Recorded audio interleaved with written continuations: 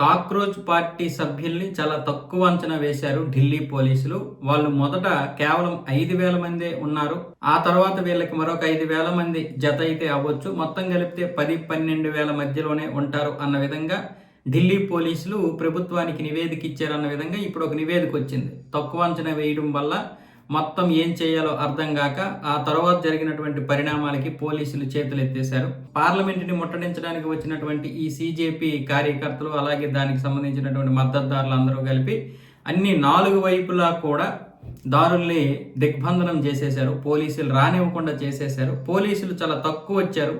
ఎందుకంటే 5,000 నుంచి 10,000 మందే కాబట్టి వీళ్ళని అణచడానికి లేదా వీళ్ళని అడ్డుకోవడానికి తగినంత సిబ్బంది మాత్రమే వచ్చారు. కానీ వాట్సాప్ గ్రూపుల్లో విపరీతంగా ప్రచారం చేయడం వల్ల అనేక మంది ఢిల్లీ చేరుకొని ఆ చుట్టుపక్కల రాష్ట్రాలు ఉన్నాయి కదా, హర్యానా, పంజాబ్, ఇలాంటి రాష్ట్రాల నుంచి చాలామంది కాంగ్రెస్ నేతలు కూడా డబ్బులు ఇచ్చి మరి లారీల ద్వారా, కార్ల ద్వారా అలా రకరకాలుగా పంపించడం అనేది ఊహించలేకపోయారు.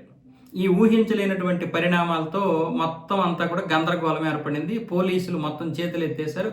దాంతో వాళ్ళు ఎవరైతే విద్యార్థులు ఉన్నారో వాళ్ళు రాళ్లతో దాడి చేసినటువంటి ఆ రాళ్ళనే మళ్ళీ పోలీసులు ఆయుధాలుగా ఉపయోగించాల్సినటువంటి పరిస్థితి ఏర్పడింది. అందుకే ఇప్పుడు వాళ్ళని తక్కువ అంచనా వేయడం వల్లే ఈ యొక్క విషయం జరిగింది. ముఖ్యంగా అటు రాహుల్ గాంధీ, ప్రియాంక గాంధీ, ఖర్గేలు వీళ్ళందరూ కూడా ఖర్గే పుట్టినరోజు అని చెప్పి ఎవరికీ తెలియకుండా మీడియా కళ్ళు కప్పేశారు. అలాగే పోలీసులు కళ్ళు కప్పి వీళ్ళు ఒక రహస్యంగా నరేంద్ర మోదీ ఇంటి వెనకాలకి వెళ్ళిపోయి అక్కడ నిరసనలు చేపట్టారు. ఇదంతా కూడా పోలీసుల వైఫల్యమే. ఇవన్నీ కూడా తక్కువ అంచనా వేయడం వల్ల వచ్చేటటువంటి పరిణామాలంటూ ఇప్పుడు కొన్ని నివేదికలు అయితే వస్తున్నాయి. బహుశా నిజంగా అయితే అవ్వచ్చు. పోలీసులు కూడా తక్కువ అంచనా వేసి ఉండొచ్చు.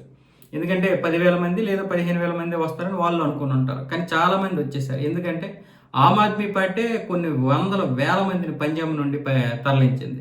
హర్యానా నుంచి చాలామంది కాంగ్రెస్ అక్కడ రైతులు ఉన్నారు కదా, వాళ్ళు అలాగే మిగతా ఎవరైతే నాయకులు ఉన్నారో వాళ్ళు కూడా చాలా మందిని తరలించారు.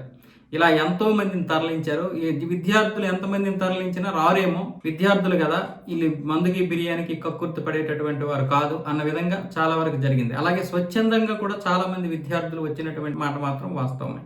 అలా రకరకాలుగా జనాలు ఎక్కువగా గుమిగూడేశారు ఢిల్లీలో.